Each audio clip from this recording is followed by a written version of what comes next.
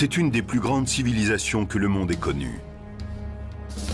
Notre mode de vie serait complètement différent si l'Égypte n'avait pas existé. Pendant 2000 ans, son héritage a semblé avoir disparu. On a toujours pensé que l'Égypte était un endroit mystérieux, plein de magie et de superstitions. Jusqu'à ce qu'une succession d'hommes et de femmes redécouvre ce pays au XIXe siècle. D'un seul coup, les murs des temples et des tombes tout au long dans la vallée du Nil commencent à parler. C'est l'histoire d'une quête visant à retrouver le passé de l'Égypte et qui mêle découvertes célèbres et coups de chance, entreprises privées et publiques, fouilles épuisantes et technologies de pointe. C'est l'histoire de l'Égypte éternelle.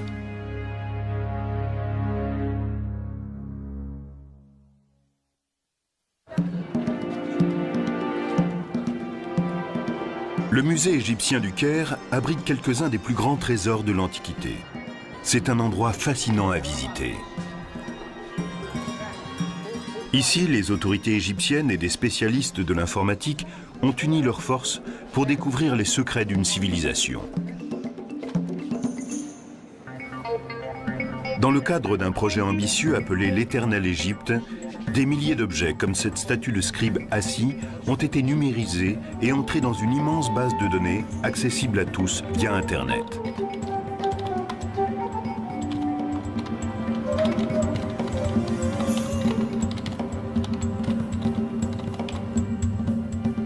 Tout comme l'égyptologie contemporaine, ce musée virtuel utilise les techniques les plus récentes. Mais le désir de percer les mystères, lui, ne date pas d'aujourd'hui.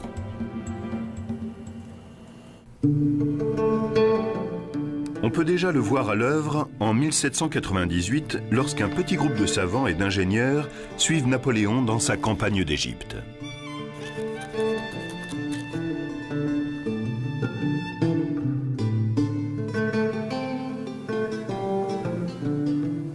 Napoléon se rendait compte que pour gouverner l'Égypte, il devait en savoir le plus possible sur ce pays. Il a donc emmené avec lui des spécialistes pour qu'ils étudient l'architecture du Caire, les plantes, les vêtements et tout le reste. Mais Napoléon ne s'intéressait pas uniquement à l'Égypte de son temps. Il était également curieux de son mystérieux passé. Presque tout ce qu'on savait prenait sa source chez les classiques. C'était souvent limité et inexact. Il y avait aussi la Bible, dont les interprétations étaient souvent fausses. Pour prolonger leurs observations, des scientifiques s'aventurent dans le désert qui entoure le Caire. Ils y découvrent des constructions très anciennes, les fameuses pyramides et le mystérieux sphinx de Gizeh.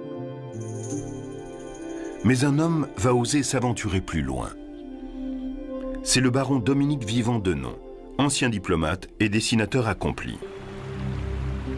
En arrivant en Égypte, il est bien décidé à pister les Égyptiens de l'Antiquité et à descendre plus loin sur le Nil. Napoléon donne l'ordre à une de ses divisions d'envahir le territoire jusque-là inconnu qui s'étend au sud de Gizeh. Denon est impatient de se joindre à eux. Le voyage est rude, la région est infestée de bandits, l'armée est sous la menace constante d'une attaque. Mais arrivé à 700 km au sud du Caire, la troupe ne regrette pas d'avoir traversé ces épreuves. Autour de Luxor se trouve le groupe de monuments le plus important d'Égypte. C'est ici, dans l'ancienne capitale, Thèbes, que s'élèvent les grands temples de Karnak et de Luxor. Et sur la rive ouest du Nil, on trouve le Ramesséum et les sanctuaires de Médine et Abou. Denon n'arrête pas de dessiner ce qu'il voit. Il est le premier Européen à croquer ces magnifiques œuvres d'art. Et ce n'est qu'un début. Il poursuit son voyage avec l'armée et pendant 6 mois, il va découvrir encore d'autres édifices, parfois au risque de sa vie. Une de mes histoires préférées se situe à un moment où l'armée bat en retraite. On lui tire dessus, mais il n'a pas fini de dessiner un temple, alors il aiguillonne son cheval et il retourne sur les lieux, tandis que ses collègues lui crient de revenir.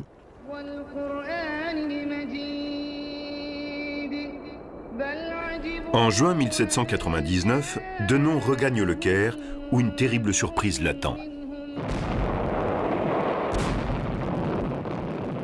La flotte britannique a vaincu les renforts français. L'expédition est un échec pour Napoléon. Le temps presse. L'empereur donne l'ordre aux savants qui restent sur place de continuer l'œuvre de Denon. Au cours des 2 années suivantes, cartographes, architectes, ingénieurs fouillent le pays et établissent une description de l'Égypte détaillée, héritage de l'expédition qui restera longtemps d'actualité. Voici la première édition de la description de l'Égypte publiée par le gouvernement français à la suite de la campagne de Napoléon en Égypte en 1798. Philippe Croom est le directeur de la bibliothèque de livres anciens de l'Université américaine du Caire. C'est une étape importante pour l'étude de ce pays. Cela n'avait jamais été fait auparavant. Il voulait vraiment apprendre le maximum de choses, le tout dans une perspective scientifique.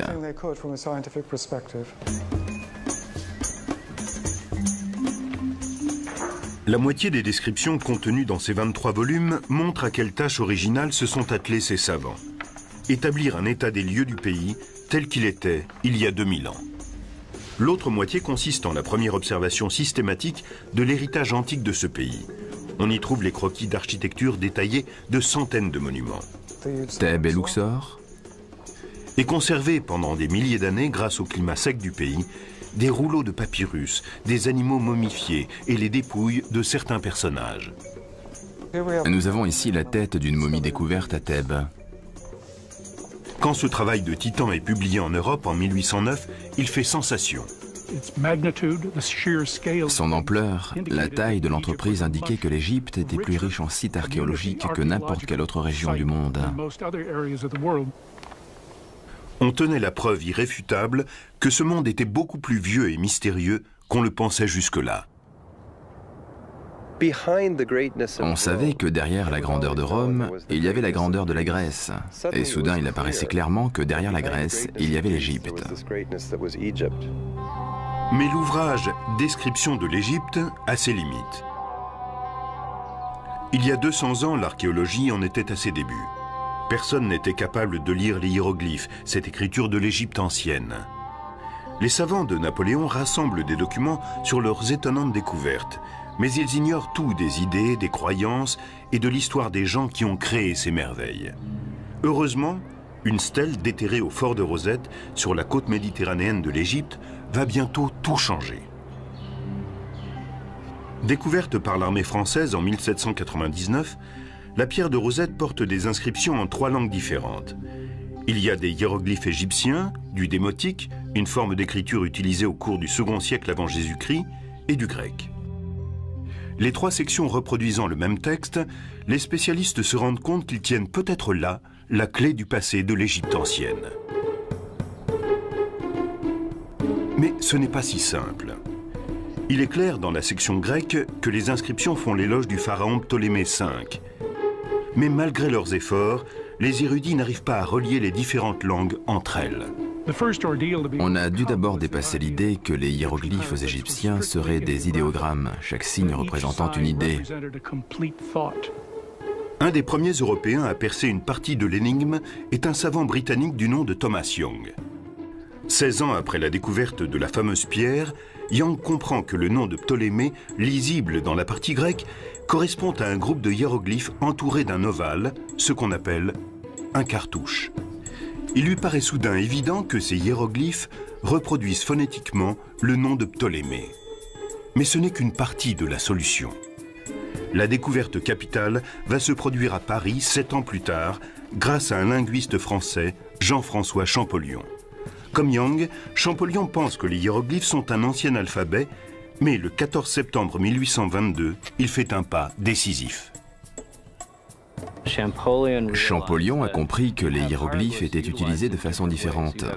En particulier, certains reproduisent un mot phonétiquement, et à la fin, on a souvent un idéogramme ou un déterminatif qui donne un aperçu du mot entier.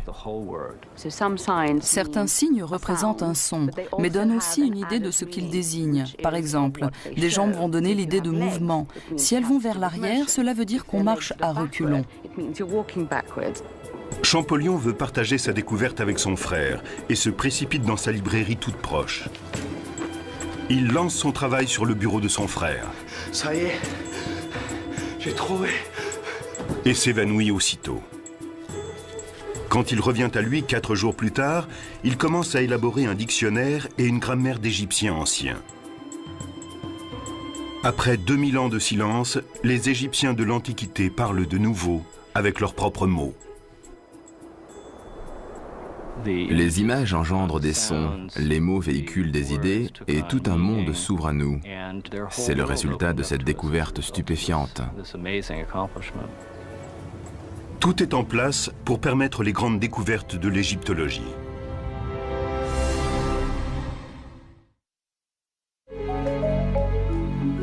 En naviguant parmi les milliers d'images numérisées du site Éternel Égypte, on comprend l'importance du déchiffrage des hiéroglyphes, car on les retrouve partout. Et pendant des siècles, on avait cru qu'il s'agissait de peintures primitives. Mais plus pour longtemps.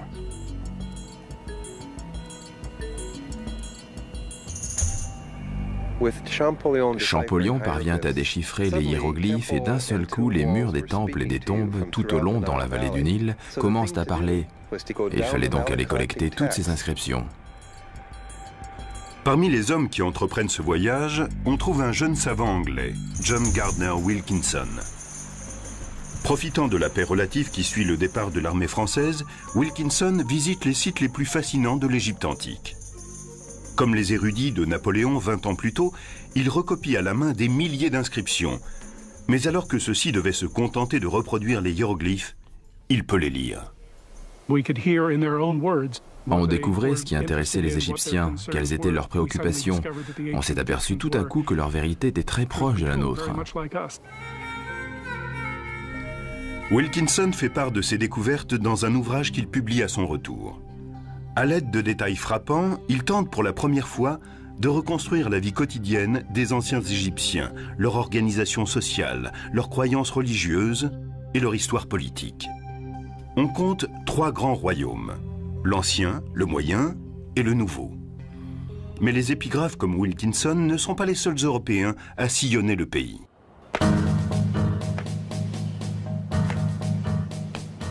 Un certain nombre de collectionneurs descendent aussi la vallée du Nil. Ils s'essaient à l'archéologie, découvrent des sites inconnus et des trésors inestimables. Mais les fouilles qu'ils pratiquent sans discernement vont considérablement retarder les futures recherches. L'archéologie, c'est un peu comme un travail de détective. Sur une scène de crime, il faut d'abord enregistrer le moindre détail avant de bouger quoi que ce soit. Si vous entrez dans une pièce simplement pour en emporter des objets et des pans de mur, vous détruisez l'histoire que la pièce pourrait vous confier, que le contexte pourrait vous raconter. Un de ces aventuriers les plus étonnants est un ancien ingénieur hydraulique du nom de Giovanni Belzoni. Arrivé en Égypte en 1817, il remet très vite ses lettres de créance. Une des premières missions de Belzoni a été de transporter la tête colossale de Ramsès II, qui se trouvait à Thèbes. Elle faisait 3 mètres de long et pesait 7,5 tonnes. Belzoni entreprit de la faire sortir du temple sur des roulettes et de la transporter centimètre par centimètre jusqu'au Nil, à 3 km de là. Aujourd'hui, cette tête est une des plus belles pièces du British Museum. Mais Belzoni n'était pas seulement un chasseur de trésors. Désireux d'en savoir plus sur les Égyptiens de l'Antiquité, il pénètre dans la seconde des grandes pyramides de Gizeh. Il est l'un des premiers à traverser les rapides à Assouan et à entrer dans le magnifique temple de Ramsès le Grand à Abou Simbel. Mais c'est à son retour à Luxor qu'il fait sa découverte la plus étonnante. Entre les collines de l'autre côté du fleuve, les pharaons égyptiens du Nouvel Empire ont bâti leurs tombes. Belzoni découvre que plusieurs d'entre elles ont déjà été pillées à des périodes plus anciennes. Mais il est convaincu qu'il en reste d'autres. Il place un peu partout dans la vallée des rois ses ouvriers égyptiens qui découvrent bientôt 5 tombes creusées dans la pierre. Et le 18 octobre 1817, il pénètre dans la tombe numéro 6. C'est peut-être le moment le plus intense de la vie de Belzoni quand il entre dans ses chambres funéraires. Kent Weeks est un égyptologue qui fait autorité dans le domaine des tombes antiques. Ce n'est pas uniquement une des plus grandes découvertes de Belzoni, c'est une des plus grandes découvertes qui ait jamais été faite dans la vallée des rois. Sans le savoir, Belzoni a découvert la tombe du père de Ramsès le Grand, le pharaon bâtisseur d'empire, Séti Ier. Seti était un dirigeant très puissant. Son importance ne se mesure pas uniquement à la taille de sa tombe, mais à certains changements subtils dans les textes religieux. Ici, par exemple, nous trouvons des images d'étrangers comme s'il voulait dire « L'Égypte sous mon règne est devenue un grand empire qui couvre le monde. Nos dieux contrôlent non seulement ce qui se passe dans la vallée du Nil, mais ce qui se passe dans le monde entier. » À 135 mètres derrière la façade du temple, Belzoni découvre finalement la chambre funéraire de Seti. Ce plafond qui présente la vision égyptienne des cieux est ce qui a été peint de plus beau dans le Nouvel Empire. Cette tombe aussi a été dévalisée, mais les pillards ont laissé un trésor derrière eux. Un sarcophage superbement orné en albâtre translucide. Bien sûr, Belzoni l'a ramené en Angleterre et il s'est retrouvé au Soames Museum où il est exposé dans un coin sombre du sous-sol. C'est une fin plutôt triste pour un des objets peut-être les plus exceptionnels au monde. De retour en Angleterre, Belzoni loue une salle d'exposition à Londres pour partager ses autres découvertes avec un public fasciné. Belzoni était un homme de spectacle. Il a copié certaines parties de la tombe de Seti et les a assemblées, si bien que les visiteurs avaient l'impression de traverser la chambre funéraire du pharaon et de découvrir l'art égyptien de façon très intime. Cette exposition, le retentissement de l'ouvrage « Description de l'Égypte » et les conclusions des premiers épigraphes transforment la curiosité envers les anciens Égyptiens en véritable égyptomanie. C'est devenu une passion. Tout le monde se devait d'avoir chez soi des objets égyptiens. Il était même de bon ton d'avoir une salle égyptienne décorée dans le style des tombeaux. Et bien sûr, le commerce des antiquités a connu un développement sans précédent. Le marché des antiquités se développe pendant une trentaine d'années, jusqu'à ce que des archéologues éclairés tentent d'y mettre fin. L'un d'entre eux est l'ancien conservateur Auguste Mariette. Mariette estimait que les monuments anciens devaient être laissés en l'état sur les sites. Et s'ils devaient être exportés, il fallait au moins relever la façon dont ils étaient insérés dans leur contexte avant de les en arracher. Au début, Mariette est impuissant. Et puis, en 1851, la chance tourne avec une découverte faite par hasard. En explorant l'immense nécropole de Saqqara au sud de Gizeh, il remarque la tête d'un petit sphinx qui dépasse du sable. Cela lui rappelle l'avenue des Sphinx qui menait à la nécropole du légendaire taureau Apis. Les Égyptiens de l'Antiquité ont vénéré ces animaux sacrés pendant des millénaires. La découverte de ces tombes se révèle être d'une extrême importance. Mariette creuse pendant une année et son entêtement se révèle finalement payant. Mariette est arrivée devant une porte en grès qui était scellée. Il l'a enfoncée et est entré. L'égyptologue Salima Ikram est une spécialiste des pratiques funéraires de l'Égypte antique. Après avoir enfoncé la porte, Mariette a découvert une quantité de stylés en calcaire gravés par des rois, des roturiers, des tas de gens, et tout était dédié au taureau Apis. Après avoir passé l'entrée, Mariette se retrouve dans des galeries creusées dans le roc sur des kilomètres. Il découvre des chambres secondaires qui renferment des merveilles, comme d'énormes sarcophages de granit de plus de 80 tonnes chacun. On peut lire ici Apis, le fils bien-aimé d'Osiris qui lui donne la vie, l'éternité et la prospérité à jamais. À l'intérieur d'un de ces immenses cercueils, Mariette découvre les restes d'un taureau momifié enseveli au cours du règne de Ramsès le Grand. Cette découverte fait sensation et lui vaut bientôt d'être nommé à la tête du service des antiquités égyptiennes. Usant de son autorité, Mariette arrête toutes les fouilles en dehors des siennes et interdit l'exportation d'objets sans autorisation spéciale. Il crée un musée permanent pour sa nouvelle collection d'antiquités. L'égyptologie entre dans son âge d'or.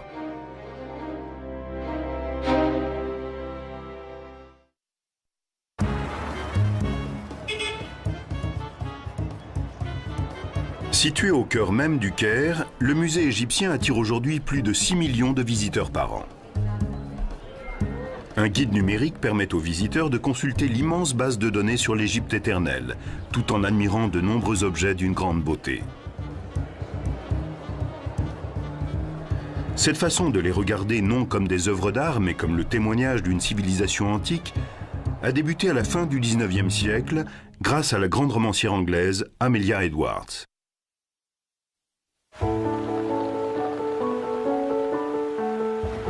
En 1873, elle se rend en Égypte. Comme beaucoup d'autres touristes, elle visite le plateau de Gizeh, émerveillée par ces édifices créés par la main de l'homme et fascinée par les gens qui les ont bâtis. Mais elle veut aller plus loin. Elle monte sur un bateau luxueux, un dahabaya, et commence une croisière de 1500 km sur le Nil. Mais plus au sud, elle est effrayée par ce qu'elle voit. Malgré les efforts de Mariette pour préserver les richesses de l'Égypte, les touristes défigurent encore les monuments. Et les archéologues amateurs dégradent les inscriptions qu'ils cherchent à déchiffrer. Les statues colossales de Ramsès le Grand à Abou Simbel n'y échappent pas.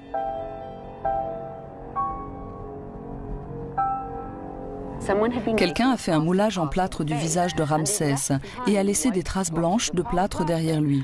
Ce n'était bien sûr pas très heureux esthétiquement. Alors, Amelia Edwards a donné l'ordre à des gens de faire des tonnes de café dont elle a aspergé la statue. Ainsi, le plâtre a-t-il été teint de la même couleur que la pierre. Mais cela ne sera pas sa seule action. À son retour, elle lance une campagne pour faire connaître au public les Égyptiens de l'Antiquité et crée une société historique connue sous le nom de Fonds d'exploration égyptien. Ces fonds encourageaient l'archéologie propre. On ne pouvait faire des fouilles sur un site et se contenter de mettre des objets dans une caisse à destination d'un musée. Vous deviez étudier le contexte dans lequel ils se trouvaient pour les analyser ensuite en fonction de leur cadre historico-culturel. On trouve parmi les premiers protégés de cette fondation un jeune topographe britannique du nom de Flinders Petrie. En 1881, Petrie arrive en Égypte pour étudier la grande pyramide de Gizeh, dont certains disent qu'elle est trop parfaite pour avoir été construite par des humains. Il constate bientôt que la pyramide, tout admirable qu'elle soit, possède toutes les imperfections qu'on retrouve dans les anciennes constructions.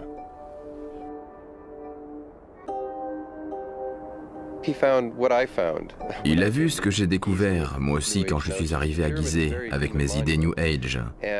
La pyramide est un édifice créé par les hommes.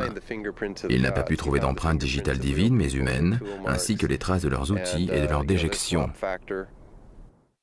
Dans son rapport, Petrie conclut que la Grande Pyramide était, comme le suggèrent les sources classiques, une tombe royale construite pour le pharaon de l'Ancien Empire, Khéops, il y a 4500 ans. Fasciné par les bâtisseurs de pyramides, Petrie, contrairement à ses prédécesseurs, se met à l'archéologie.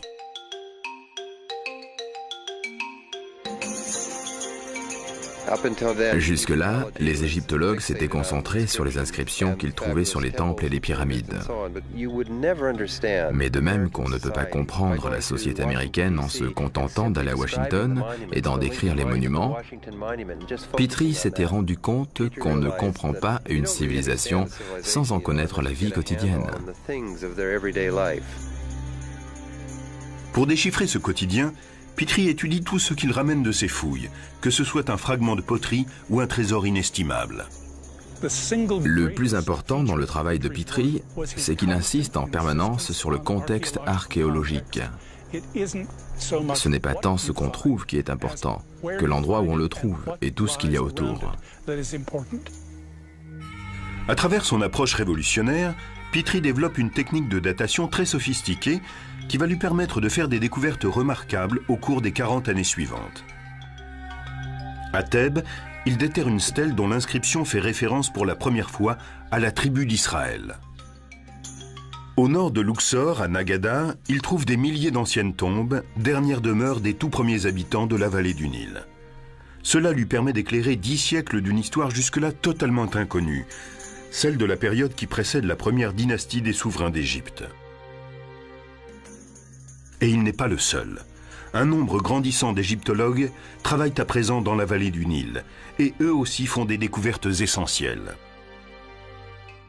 Une plaque de pierre qui raconte l'histoire du premier pharaon de l'Égypte unifiée.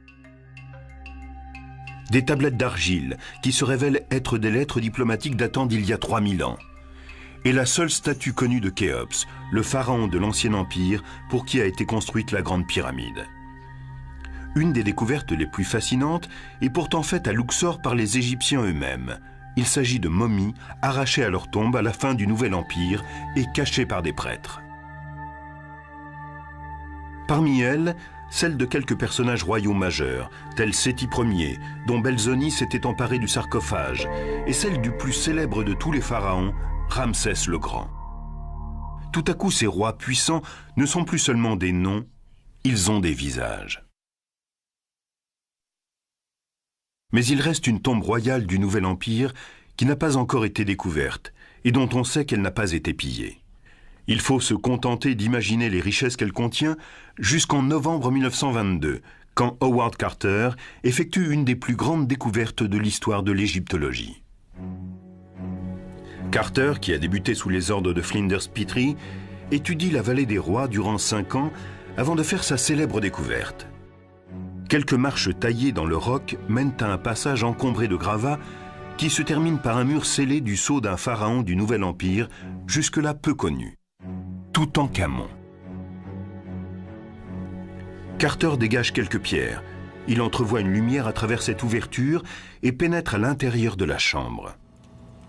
Comme Belzoni, 180 ans avant lui, Carter vit une expérience exceptionnelle. Il est le premier à pénétrer dans cette tombe depuis des millénaires. C'est un témoignage unique, inviolé depuis 3500 ans, sur la sophistication de la cour des rois égyptiens. Parmi 5000 objets, il trouve un chariot en pièces détachées, au centre duquel se trouve un mannequin de la taille d'un homme. De vastes couches en or, en forme d'animaux, utilisées au cours des funérailles de Toutankhamon. Un trône plaqué d'or, merveilleusement décoré. Et une galerie gardée par 2 statues du défunt roi. À l'intérieur de cette galerie, Carter découvre 4 grands catafalques dans lesquels reposent 3 sarcophages, dont un en or massif, où reposent les restes momifiés du pharaon. Les trésors de la tombe, les magnifiques ornements, l'omniprésence de l'or captivent l'imagination populaire. Comme lors de la découverte de celle de Séti Ier par Belzoni, le public se passionne pour l'égyptologie. Cette discipline devient bientôt un des domaines les mieux subventionnés de l'archéologie. C'est un moment important de l'histoire de notre discipline. Mais la découverte de la tombe de Toutankhamon n'est que le début d'une série de révélations qui va survenir au cours des années suivantes.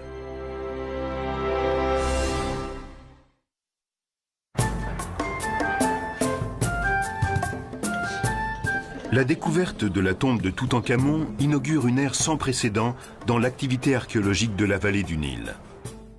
Un événement important a bientôt lieu en 1939 près de la ville de Tanis, située dans le delta du Nil.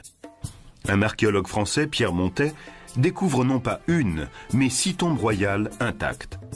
Elles contiennent les trésors fabuleux de plusieurs pharaons de l'ancienne Égypte. Mais cette découverte est éclipsée par les conflits qui déchirent le monde. Quand éclate la Seconde Guerre mondiale, de nombreux égyptologues quittent le pays. 13 ans plus tard, la révolution égyptienne fait table rase de la domination européenne. À présent indépendants, les égyptologues égyptiens commencent à faire des découvertes fascinantes.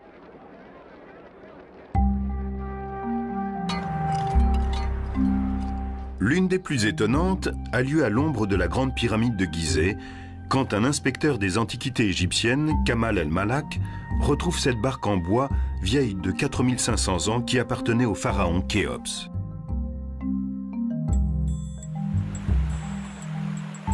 On commence à voir de plus en plus clairement qui étaient les souverains d'Égypte. Mais les spécialistes continuent à se pencher sur la vie quotidienne du peuple. Ils disposent maintenant de techniques très sophistiquées. Et bientôt va naître le remarquable programme intitulé « Projet de sauvetage nubien ». À la fin des années 50, la démographie est en pleine expansion. Le gouvernement égyptien décide de libérer des terres en construisant un barrage sur le Nil à Assouan. Pour la réalisation du lac de retenue des eaux, certains sites parmi les plus spectaculaires de la Haute-Égypte vont être inondés. Pour les sauver, l'UNESCO lance un projet ambitieux. Parmi les 23 monuments rescapés se trouve le temple de l'île de Philae et celui de Ramsès le Grand à Abou Simbel. Les ingénieurs les démontent méticuleusement, puis les réassemblent à 300 mètres de leur emplacement originel. Mais l'appel de l'UNESCO aux archéologues entraîne des conséquences inattendues. Beaucoup d'archéologues ont répondu à cet appel, mais ils venaient souvent d'autres départements, comme l'archéologie préhistorique par exemple. Ils ont apporté sur les sites égyptiens la méticulosité de leur discipline inconnue jusque-là en Égypte. Quand on fouille aujourd'hui, ce n'est pas seulement pour trouver des bols en or ou des momies. Nous nettoyons la saleté et récupérons des restes d'anciennes plantes qui ont été carbonisées mais non broyées. Nous sauvons la moindre parcelle de poterie. Ce type de démarche archéologique est dans la ligne de l'intérêt que portait Petrie à la culture de la vie quotidienne et va plus loin qu'il ne l'imaginait. Sur le plateau de Gizeh, l'égyptologue Mark Lehner utilise beaucoup de ces techniques pour comprendre non seulement les pyramides, mais ses constructeurs. Comment ont-ils organisé l'espace sur lequel ils ont construit ces édifices monumentaux? Et tout le bois, les gens, l'énergie, le pain et les poteries qui ont été nécessaires. Je me suis demandé combien de gens avaient participé à la construction. Les égyptologues parlent de 20 à 30 000 personnes. Cela faisait une immense ville, 3000 ans avant Jésus-Christ. Où était-elle située? Où étaient logés ces gens? Comment se nourrissaient-ils? En 1995, Lehner commence à explorer le côté sud du site, où il déterre quelque chose de très étonnant. Nous avons trouvé les restes d'une cité datant de la construction des pyramides de Khéops et de Menkaure. Nous avons mis au jour une partie de la ville grande comme 7 terrains de football. Et en recensant chaque parcelle d'os animal, nous avons évalué qu'il y avait là assez de viande sur notre site pour nourrir 6 à 7 000 personnes, en admettant qu'ils mangeaient de la viande tous les jours. À partir de tous ces indices, Lehner a la certitude que ces gens participaient à un projet de travaux publics impliquant tous les Égyptiens. Au cours du Moyen Empire et du Nouvel Empire, la construction des pyramides a mobilisé toutes les énergies. Il a fallu créer de nouvelles façons d'organiser la société et l'économie pour accomplir un des projets de travaux les plus importants du monde. C'est cette organisation qui m'a fait dire que le plus intéressant était non pas comment les Égyptiens ont construit les pyramides, mais comment les pyramides ont permis à l'Égypte de se construire.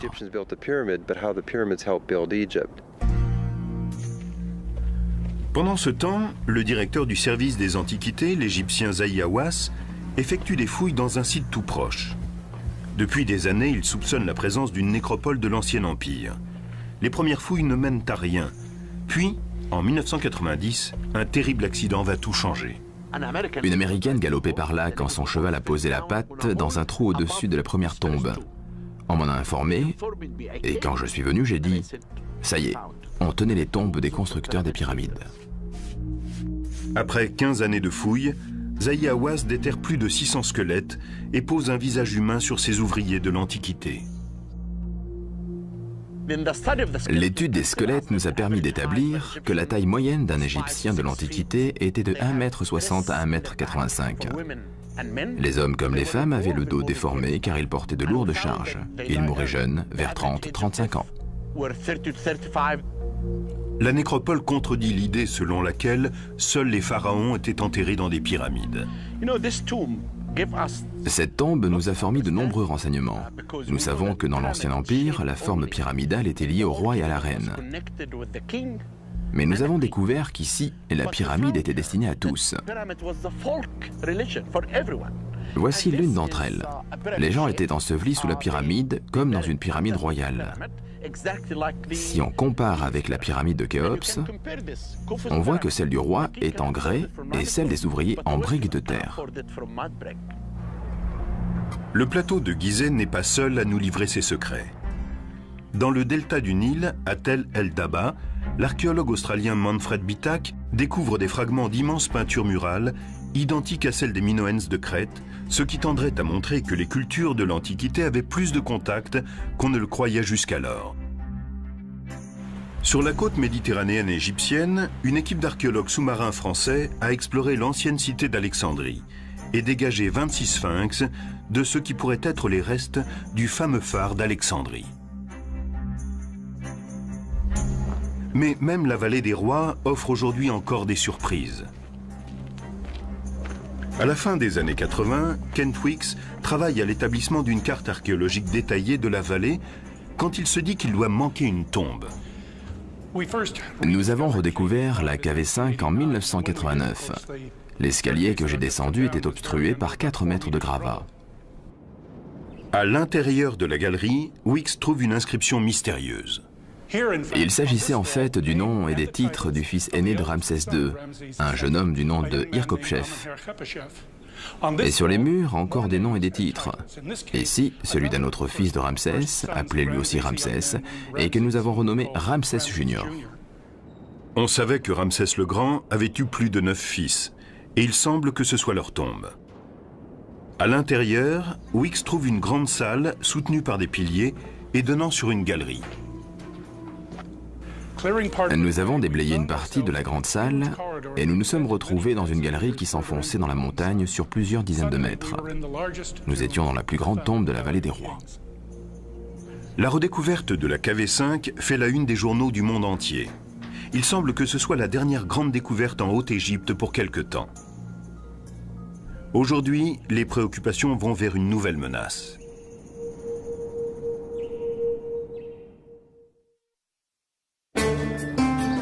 Au cours des 200 dernières années, on a assisté à des avancées stupéfiantes dans la connaissance des Égyptiens de l'Antiquité. Leurs monuments ont été fouillés, leur langage déchiffré, leur religion et leur système politique analysés. Nous avons maintenant une vision précise de cette ancienne civilisation et de ce qu'elle nous a légué. La culture égyptienne est à la base de la culture occidentale contemporaine. Nous sommes leurs descendants. Personne ne doute qu'il y ait encore beaucoup à découvrir. Mais pour l'instant, les égyptologues se consacrent à la préservation plus qu'aux fouilles. Les Égyptiens ont construit leur temple en pierre. Ils pensaient logiquement qu'il serait éternel. Mais nous avons découvert récemment que ce matériau peut aussi être très fragile. Dans toute l'Égypte, les édifices que le désert a protégés pendant 3000 ans tombent en ruine à cause de la pollution industrielle, de l'irrigation excessive, de l'accroissement de la population et du tourisme de masse. Le tourisme de masse est nocif pour les monuments égyptiens. Quelqu'un qui entre dans la grande pyramide y apporte 20 grammes d'eau contenant du sel. Si 5000 personnes par jour entrent dans une tombe royale, que se passera-t-il au bout de 10 ans ? C'est un des grands défis de l'Égypte. Comment trouver un équilibre entre l'ancien et le nouveau ? Nous allons perdre ces précieux monuments si nous ne faisons rien. Pour sortir de cette crise, le gouvernement égyptien a mis en place une nouvelle gestion des sites anciens. Il a limité les fouilles au sud du delta du Nil. Il privilégie les projets de documentation et de conservation, comme l'étude épigraphique de Luxor, dirigée par l'égyptologue Ray Johnson.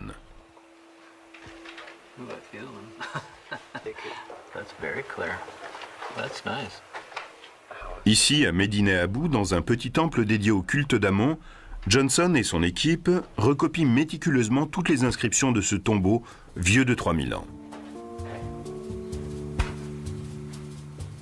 Le but est d'avoir un relevé aussi précis que possible, qui remplacera le monument si nécessaire. Sur les traces de John Garner Wilkinson, mais avec des outils beaucoup plus sophistiqués, une équipe de photographes prend des images grand format qui vont servir de base à des peintures très détaillées.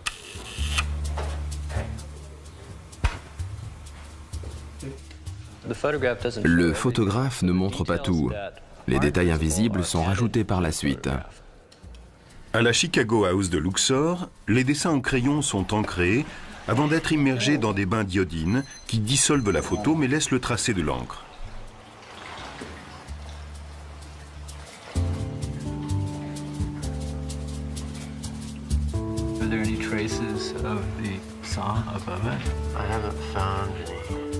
De retour au temple, des épigraphes vérifient rigoureusement ces épreuves.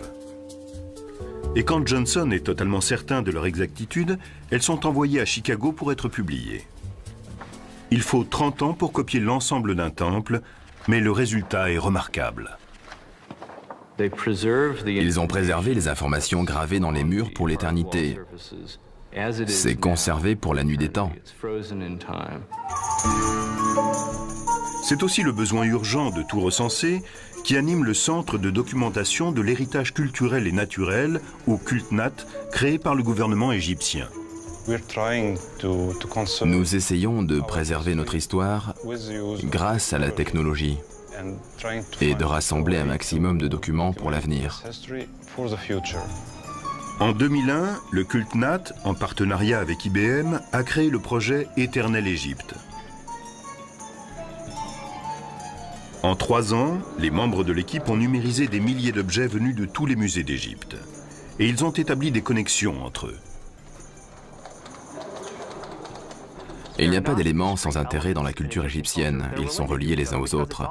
Ils forment une même histoire qui s'étend sur 5000 ans. D'anciens objets, comme le scribassi, ont été virtuellement restaurés et recréés, tels qu'ils étaient sans doute à leur création. On ne se rend pas compte que l'Égypte ancienne était un des endroits où on utilisait les couleurs les plus vives. Une grande part de notre travail de restauration et de reconstruction en 3 dimensions a consisté à redonner aux objets leur couleur. On va plus loin encore. Dans leur description de l'Égypte, les savants de Napoléon ont tenté d'imaginer comment les monuments d'Égypte apparaissaient à leur époque. Des images infographiques de pointe peuvent aujourd'hui nous le montrer. La caméra tourne autour de la seconde cour d'Amenhotep, puis elle parcourt de long en large la colonnade. La technologie va de plus en plus vite et permet aujourd'hui de placer un visiteur en immersion. Avec la technologie en 3 dimensions, les responsables médias du projet ont créé des maquettes interactives de plusieurs sites de l'Égypte. Elles ne les montrent pas seulement comme ils sont aujourd'hui, mais aussi comme ils étaient sans doute lors de leur achèvement. Ici, une image sans précédent du temple de Luxor, il y a 3500 ans, et du plateau de Gizeh, 1000 ans plus tôt.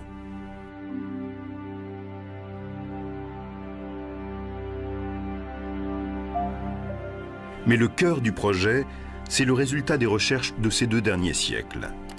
Une image vivante d'un peuple de l'Antiquité, à travers ses écrits, ses monuments et ses objets. Depuis 2004, ce projet peut être consulté au musée égyptien à travers des guides numériques, des téléphones reliés à des bases de données et via Internet sur le site eternalegypte.org. Le projet ne s'est jamais achevé. Nous avons tenté de construire une infrastructure assez souple pour pouvoir accepter de nouvelles données, de nouveaux objets, de nouveaux personnages, de nouveaux sites et pour inclure de nouveaux modes de connexion. Il s'agit de créer une nouvelle pensée, un nouveau contexte entre tout cela. Et pendant ce temps, on continue les recherches sur cette fascinante civilisation. En 1995, on avait retrouvé 67 chambres funéraires. Aujourd'hui, on en est à 120. Pendant combien de temps fouillera-t-on encore? Je n'en sais rien. Mais à ce rythme, il faudra encore 2 ou 3 générations pour venir à bout de la KV5. Ma prochaine étape sera de me consacrer aux sites urbains que nous avons découverts. Cela demande plus qu'une vie d'homme. Nous n'arriverons pas au bout. Nous voulons sauver certaines choses pour les archéologues du futur, qui disposeront de techniques encore plus avancées, qui sont aujourd'hui inimaginables. Aujourd'hui, nous savons tous que le passé de l'Égypte est notre passé à tous. Nous lui devons beaucoup.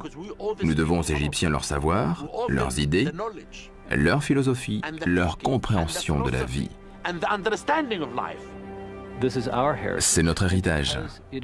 Il est là, et puisqu'il a survécu ainsi jusqu'à nos jours, c'est notre responsabilité d'assurer sa pérennité.